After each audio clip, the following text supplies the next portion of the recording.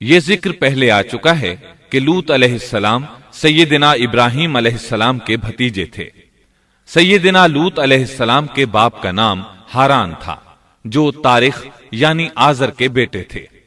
اللہ تعالی نے لوط علیہ السلام کا پورے قرآن میں 27 بار ذکر کیا ہے۔ یہ ذکر 14 سورتوں میں متفرق مقام پر آیا ہے۔ آپ کا والد آپ کے بچپن ہی میں فوت ہو گیا تھا، اس لیے آپ نے اپنے دادا آزر کے گھر اپنے چچا ابراہیم علیہ السلام کے ہاں پرورش پائی۔ یہی وجہ ہے کہ ابراہیم علیہ السلام کو ان سے بے حد محبت تھی۔ جس وقت پوری قوم سیدنا ابراہیم علیہ السلام کے خلاف اٹھ کھڑی ہوئی اور انہیں آگ میں ڈالا گیا، اس کٹھن وقت میں صرف لوط علیہ السلام ہی وہ شخصیت تھے جو آپ پر ایمان لا چکے تھے، جیسا کہ اللہ تعالی نے فرمایا فآمن له لوط، ان پر لوط ایمان لے آئے۔ پھر جب ابراہیم علیہ السلام نے ہجرت کی تو لوط علیہ السلام نے بھی ان کے ساتھ ہجرت کی۔ اللہ تعالیٰ فرماتے ہیں وقال انی مہاجر الی ربی انہ هو العزیز الحکیم، اور کہنے لگے کہ میں اپنے رب کی طرف ہجرت کرنے والا ہوں، وہ بڑا ہی غالب اور حکیم ہے۔ اس سے پہلے ہم ذکر کر آئے ہیں کہ جب ابراہیم علیہ السلام مصر سے فلسطین واپس چلے گئے تو آپ نے اپنے بھتیجے لوط کو سدوم بستی کی طرف بھیج دیا۔ یہ بحر مردار کے پاس ایک بستی تھی، تجارتی مرکز اور مسافروں کے لیے آرام کی جگہ تھی۔ یہ کافر قوم تھی، ان میں ایک بھی مومن نہیں تھا۔ اللہ تعالیٰ فرماتے ہیں فأخرجنا من كان فيها من المؤمنين فما وجدنا فيها غير بيت من المسلمين، پس جتنے ایماندار وہاں تھے ہم نے انہیں نکال لیا، اور ہم نے وہاں مسلمانوں کا صرف ایک ہی گھر پایا۔ یہ سب لوگ کافر تھے، لوگوں میں سب سے زیادہ فاسق اور فاجر تھے۔ ان لوگوں نے ایسی برائیاں ایجاد کی کہ ان سے پہلے کائنات میں کسی نے نہ کی تھیں۔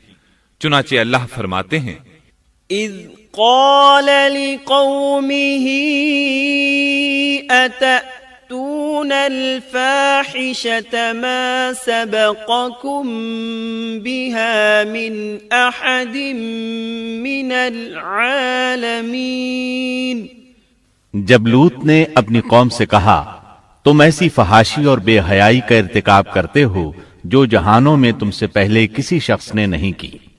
پھر اللہ فرماتے ہیں انکم لتأتون الرجال شہوة من دون النساء بل انتم قوم مسرفون، کیا تم عورتوں کو چھوڑ کر مردوں سے حاجت پوری کرتے ہو، بلکہ تم حد سے بڑھنے والی قوم ہو۔ اس کام یعنی اغلام بازی اور جنسی بے راہ روی کو قوم لوط نے شروع کیا، لیکن بعض کہتے ہیں یہ تو فطری چیز ہے اور بعض کہتے ہیں یہ جنات سے شروع ہوئی۔ بہرحال یہ فسق و فجور اور گھناؤنا جرم اسی قوم سے شروع ہوا۔ فرشتوں کی زبانی اللہ تعالی نے فرمایا اِنَّا أُرْسِلْنَا إِلَىٰ قَوْمٍ مُجْرِمِينَ، فرشتوں نے کہا کہ ہم گناہگار قوم کی طرف بھیجے گئے ہیں۔ پھر کہنے لگے إِلَّا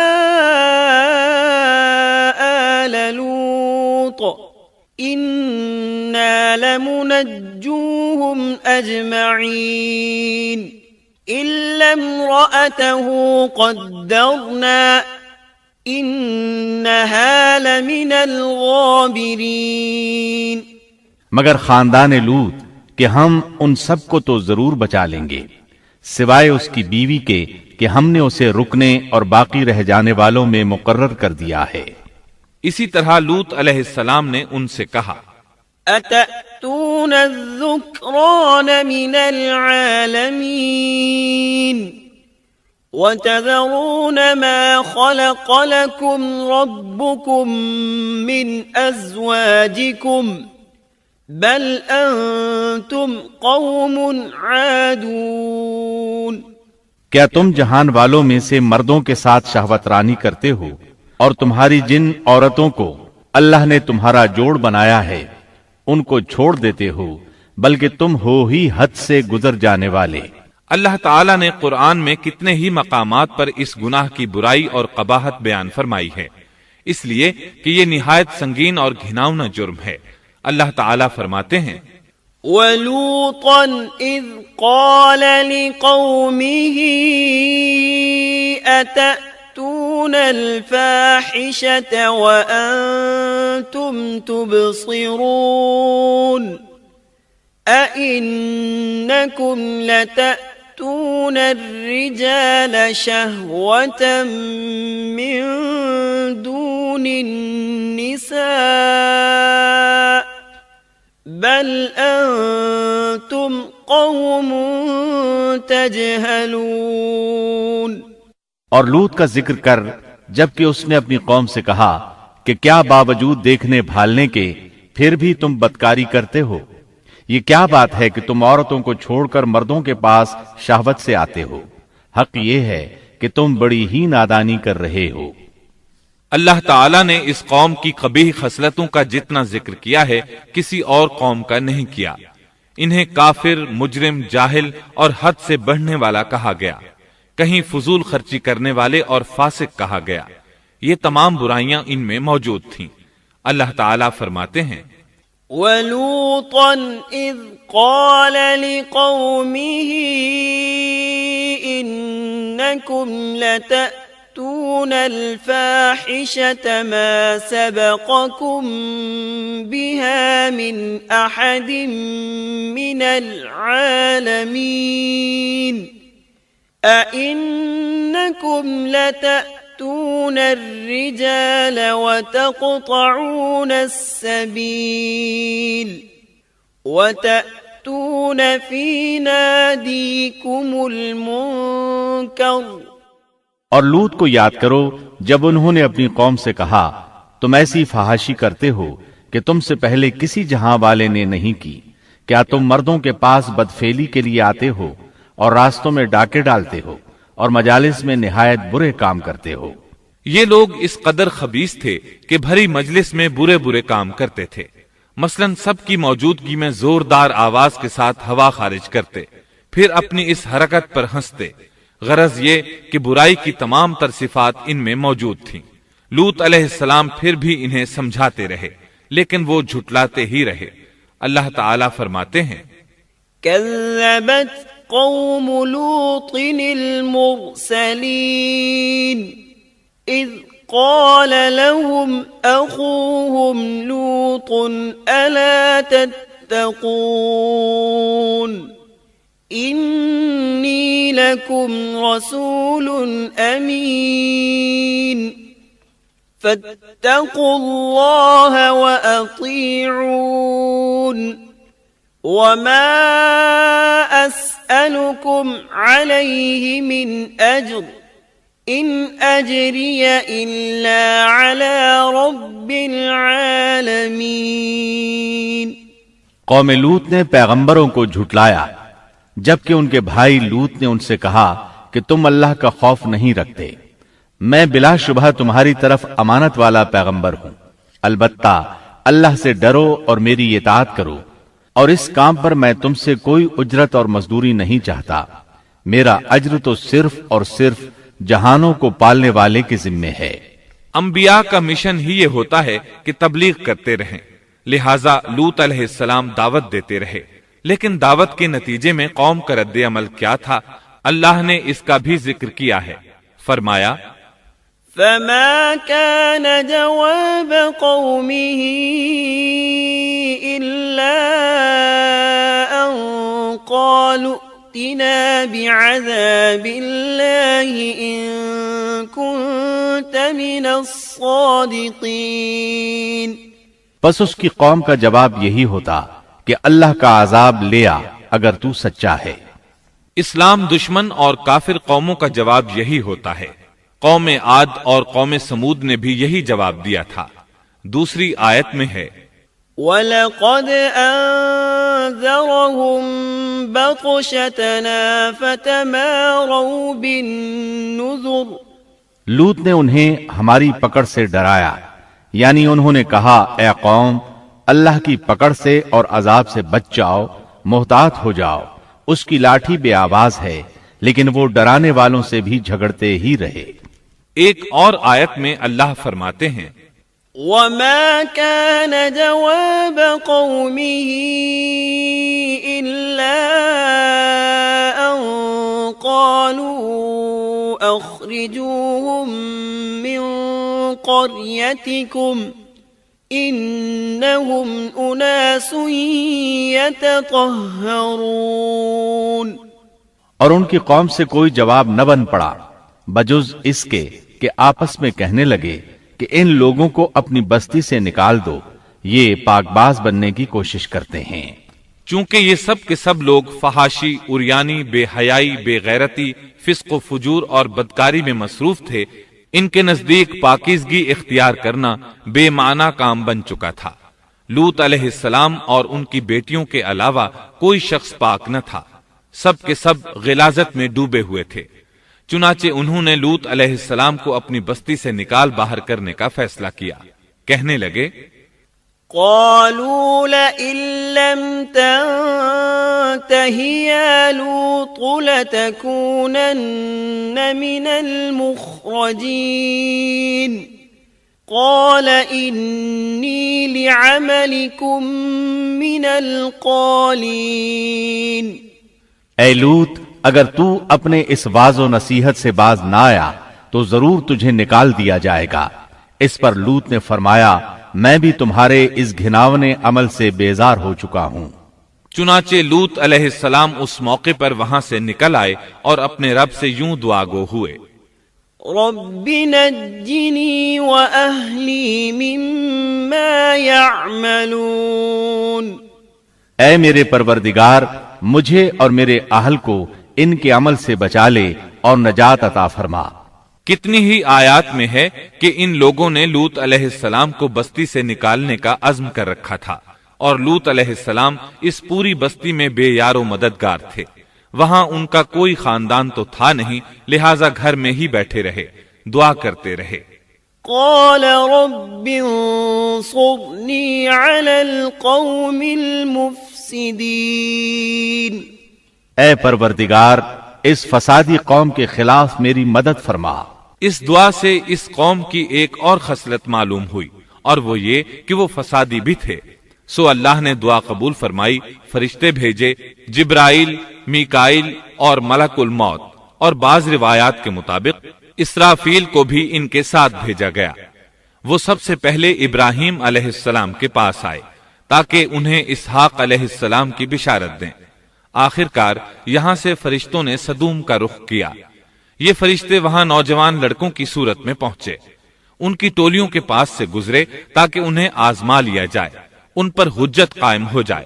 مطلب یہ کہ اللہ تعالیٰ نے فرشتوں سے کہا تھا کہ ان لوگوں کو اس وقت تک ہلاک نہ کرنا جب تک کہ ان کے نبی کو ان پر الزام لگاتے نہ دیکھ لو۔ چنانچہ یہ فرشتے نوجوان اور خوبرو لڑکوں کی صورت میں بستی کے کنارے پہنچ گئے۔ لوط علیہ السلام کی ایک بیٹی بستی سے باہر کنارے پر رہتی تھی۔ جب اس نے انہیں دیکھا تو ڈر گئی۔ اس نے سوچا ہماری قوم کے لوگوں نے اگر انہیں دیکھ لیا تو ضرور ان سے برائی کر کے رہیں گے، اس لیے وہ اپنے والد لوط علیہ السلام کی طرف دوڑی۔ ان کے پاس پہنچ کر کہنے لگی میں نے چند نوجوان لڑکوں کو دیکھا ہے اور میں ان کے بارے میں خوفزدہ ہوں۔ لوط علیہ السلام جلدی سے ان کی طرف آئے، ان سے پوچھا آپ کیسے آئے ہیں؟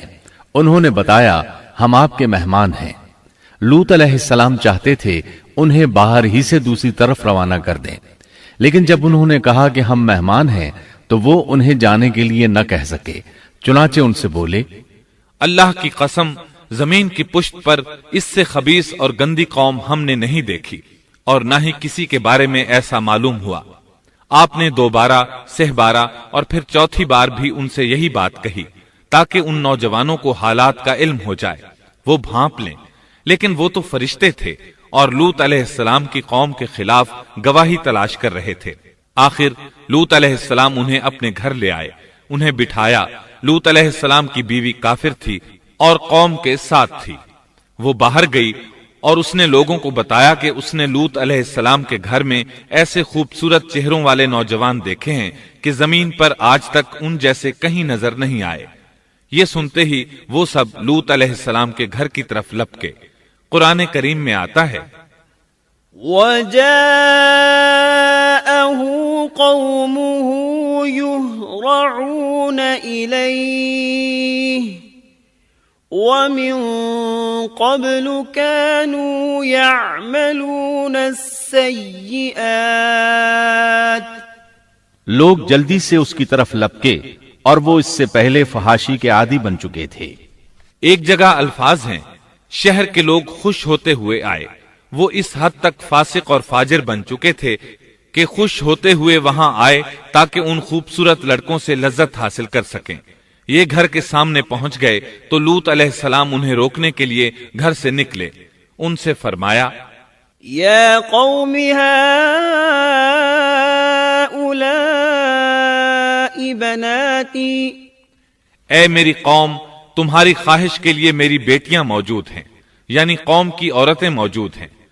نبی قوم کا باپ ہوتا ہے، اس کی بیویاں قوم کی مائیں اور قوم کی عورتیں اس کی بیٹیاں شمار ہوتی ہیں، جیسا کہ سورہ ہود میں آتا ہے۔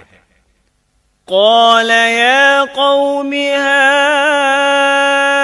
هؤلاء بناتی هن اطہر لکم فاتقوا اللہ ولا تخزون فی ضیفی أَلَيْسَ مِنكُمْ رَجُلٌ رَشِيدٌ کہنے لگے اے میری قوم، میری یہ بیٹیاں تمہارے لیے پاکیزگی کا باعث ہیں، لہٰذا اللہ سے ڈرو اور مجھے میرے مہمانوں کے بارے میں رسوا نہ کرو۔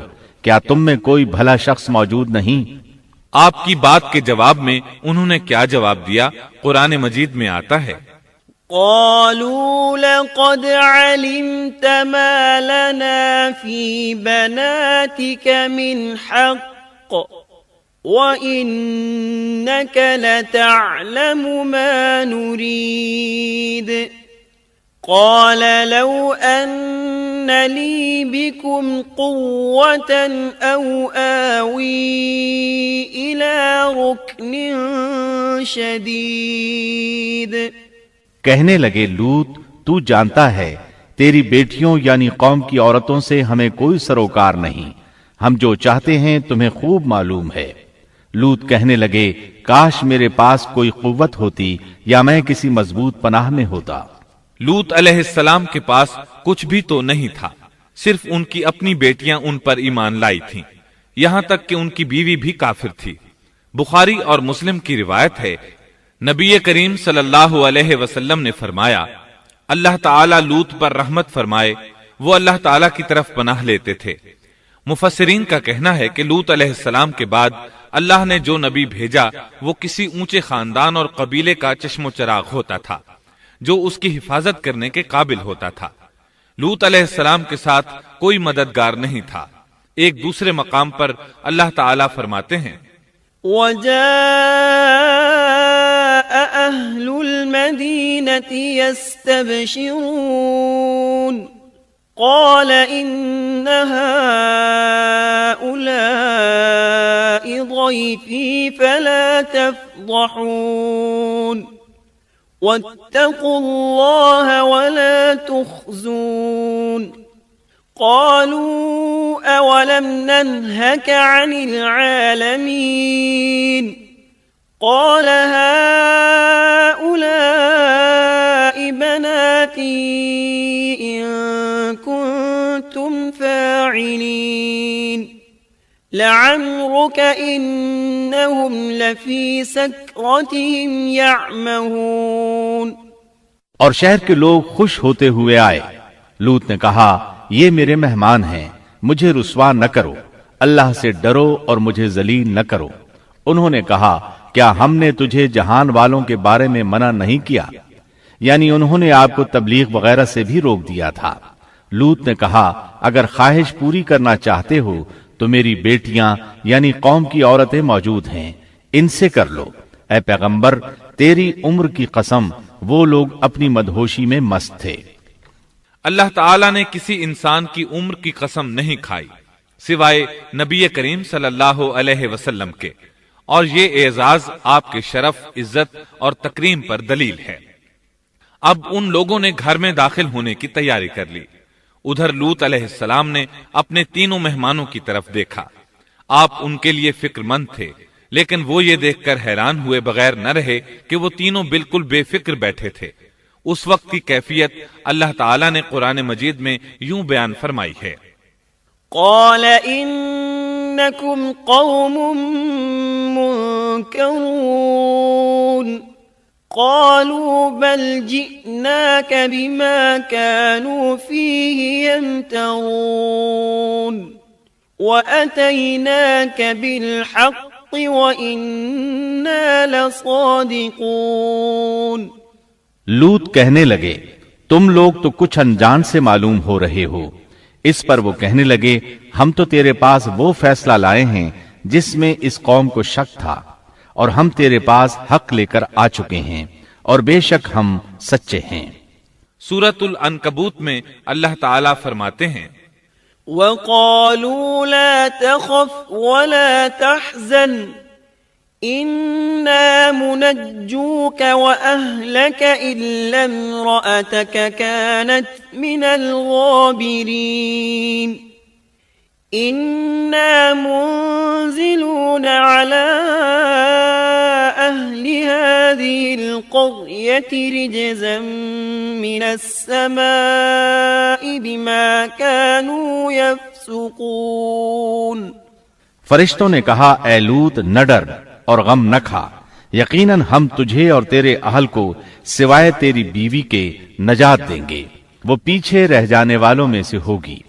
ہم اس بستی والوں پر ان کے گناہوں کے سبب آسمان سے عذاب نازل کرنے والے ہیں۔ انہوں نے یہ بھی کہا: قالوا يا لوط إنا رسل ربك لن يصلوا إليك۔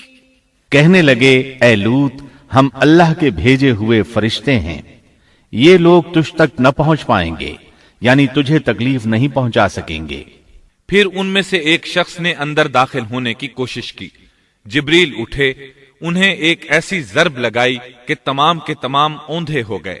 اس بارے میں اللہ کا فرمان ہے: وَلَقَدْ رَاوَدُوهُ عَنْ ضَيْفِهِ فَطَمَسْنَا أَعْيُنَهُمْ۔ انہوں نے لوط کو اس کے مہمانوں کے بارے میں پھسلانے کی کوشش کی تو ہم نے ان کی آنکھیں مٹا ڈالی۔ اللہ تعالیٰ سورۃ القمر میں فرماتے ہیں: فَذُوقُوا عَذَابِي وَنُذُرِ۔ پس میرا عذاب اور ڈرانا چکھو۔ وہ دھمکیاں دینے لگے اور واپس جاتے ہوئے کہنے لگے ہم تجھ سے کل نبٹ لیں گے۔ انہوں نے سزا محسوس بھی کر لی لیکن پھر بھی توبہ نہ کی۔ اس وقت فرشتوں نے کہا: إِنَّ مَوْعِدَهُمُ الصُّبْحُ أَلَيْسَ الصُّبْحُ بِقَرِيبٍ۔ یقیناً ان کے وعدے کا وقت صبح کا ہے، اور کیا صبح بالکل قریب نہیں؟ صبح تک انہیں مہلت مل گئی۔ فرشتوں نے کہا: فَأَسْرِ بِأَهْلِكَ بِقِطْعٍ مِّنَ اللَّيْلِ وَاتَّبِعْ أَدْبَارَهُمْ وَلَا يَلْتَفِتْ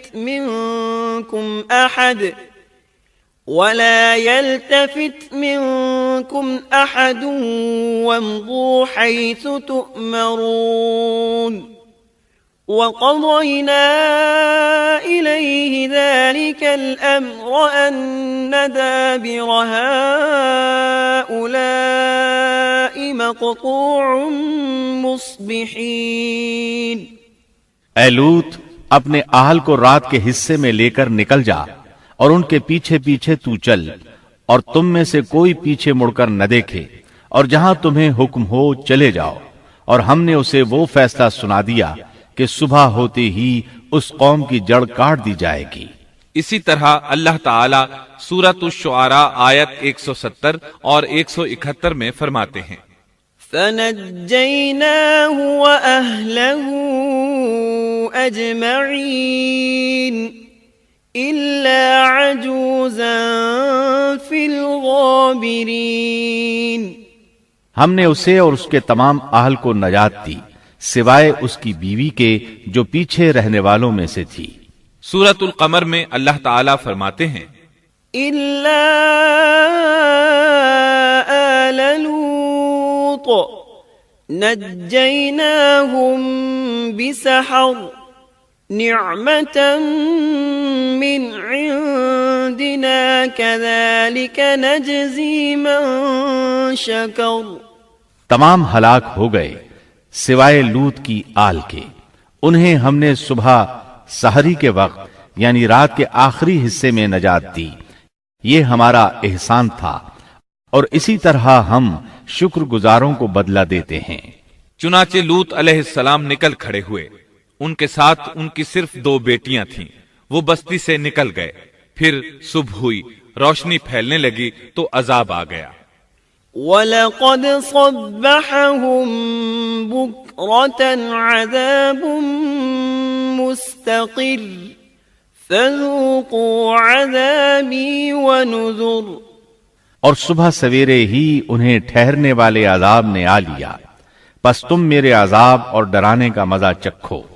یہ عذاب کیسا تھا؟ جبریل علیہ السلام آئے، اپنا پر زمین کے نیچے داخل کیا، اس مکمل بستی کو اکھیڑا اور آسمان کی طرف اٹھا کر لے گئے۔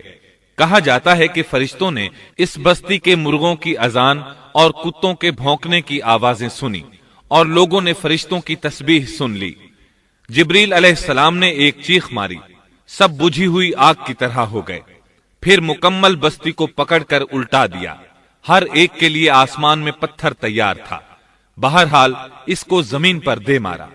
اللہ تعالیٰ سورہ ہود میں فرماتے ہیں فَلَمَّا جَاءَ أَمْرُنَا جَعَلْنَا عَالِيَهَا سَافِلَهَا وَأَمْطَرْنَا عَلَيْهَا حِجَارَةً مِّن سِجِّيلٍ مَّنضُودٍ مُّسَوَّمَةً عِندَ رَبِّكَ وَمَا هِيَ مِنَ الظَّالِمِينَ بِبَعِيدٍ پس جب ہمارا حکم آیا تو ہم نے اس کا اوپر والا حصہ نیچے کیا اور ان پر کنکریلے پتھر برسائے جو تہ بتہ تھے، تیرے رب کی طرف سے نشاندار تھے، اور وہ ان ظالموں سے کچھ دور نہیں تھے۔ سورۃ الحجر میں اللہ فرماتے ہیں فَأَخَذَتْهُمُ الصَّيْحَةُ مُشْرِقِينَ فَجَعَلْنَا عَالِيَهَا سَافِلَهَا وَأَمْطَرْنَا عَلَيْهِمْ حِجَارَةً مِّن سِجِّيلٍ روشنی ہوتے ہی انہیں بڑے زور کی چیخ نے پکڑ لیا، پھر ہم نے اس کا بلند حصہ نیچے کیا اور ان پر کنکر والے پتھر برسائے۔ سورۃ الشعراء میں اللہ فرماتے ہیں وَأَمْطَرْنَا عَلَيْهِمْ مَطَرًا فَسَاءَ مَطَرُ الْمُنذَرِينَ إِنَّ فِي ذَلِكَ لَآيَةً وَمَا كَانَ أَكْثَرُهُم مُؤْمِنِينَ وَإِنَّ رَبَّكَ لَهُوَ الْعَزِيزُ الرَّحِيمُ اور ہم نے ان پر ایک خاص قسم کا می برسایا، پس بہت ہی برا می تھا جو ڈرائے گئے ہوئے لوگوں پر برسا۔ یہ ماجرا بھی سراسر عبرت ہے، ان میں سے بھی اکثر مسلمان نہ تھے۔ بے شک تیرا پروردگار وہی ہے، غلبے والا، مہربانی والا۔ سورۃ النجم میں اللہ فرماتے ہیں وَالْمُؤْتَفِكَةَ أَهْوَىٰ فَغَشَّاهَا مَا غَشَّىٰ فَبِأَيِّ آلَاءِ رَبِّكَ تَتَمَارَىٰ هذا نذير من النذر الأولى اور اس نے الٹائی ہوئی بستیاں گرا دی، پھر ان کو اس چیز سے ڈھانپا جس سے بھی ڈھانپا، مطلب یہ کہ ان پر پتھروں کی بارش برسائی، پس تم اپنے رب کی کون کون سی نعمتوں میں جھگڑو گے۔ یہ شخص بھی پہلے ڈرانے والوں کی طرح ایک ڈرانے والا ہے۔ اس طرح یہ بستی سدوم بحر مردار کے علاقے میں تہس نہس ہو گئی، اور اس کے آثار و نشانات قیامت تک کے لیے چھوڑ دیے گئے ہیں۔ ان نشانات کو اسی لیے باقی چھوڑا گیا ہے کہ سارا جہان ان کو دیکھ کر عبرت پکڑے، فحاشیوں سے باز آ جائے، خاص طور پر سب سے بڑی فحاشی جو قوم لوط کا عمل تھا اس سے باز آ جائیں۔ سیدنا لوط علیہ السلام کے اس قصے میں قرآن حکیم اور احادیث نبوی سے یہ بات ثابت ہوتی ہے کہ سیدنا لوط علیہ السلام جس قوم کی طرف مبعوث کیے گئے تھے وہ قوم اخلاق کے اعتبار سے بالکل ختم ہو چکی تھی، اور اب اس کی اصلاح ناممکن ہو چکی تھی۔ اس قوم نے اپنے جرم کو جرم بھی نہیں سمجھا تھا۔ عام مقامات پر اعلانیہ بے حیائی کرنا ان کا مشغلہ تھا۔ یہ ایسا عمل تھا جس کی ماضی میں کوئی نظیر نہیں ملتی۔ مردوں کا مردوں سے اختلاط اور عورتوں کا عورتوں سے، یہ ایسا فعل تھا جو جنگل کے وحشی جانور بھی نہیں کرتے۔ یہی وجہ تھی کہ یہ قوم اپنے میں سے کچھ نیک لوگوں کو بھی برداشت نہیں کرتی تھی۔ وہ انہیں نیکی اور شرافت کی دعوت دیتے تھے، اسی لیے وہ ان کے سخت مخالف ہو گئے تھے۔ قرآن کریم نے اس قوم کے 3 بڑے جرائم کا ذکر کیا ہے۔ یہ کہ تم مردوں سے بدفعلی کرتے ہو، مسافروں کو لوٹ لیتے ہو، عام مجلسوں میں اعلانیہ فحاشی کرتے ہو۔ ان 3 گناہوں میں سے سب سے پہلا گناہ بدترین گناہ تھا۔ یہ گناہ اس قوم سے پہلے کسی نے نہیں کیا تھا، گویا وہ اس گناہ کو ایجاد کرنے والے تھے، اور یہ گناہ زنا سے بھی زیادہ شدید ہے۔ قرآن کریم اور احادیث کی روح سے اغلام بازی ایک بدترین گناہ ہے۔ احادیث میں اس گناہ کی مختلف سزائیں آئی ہیں۔ ایک روایت میں ہے کہ فاعل اور مفعول دونوں کو قتل کر دو۔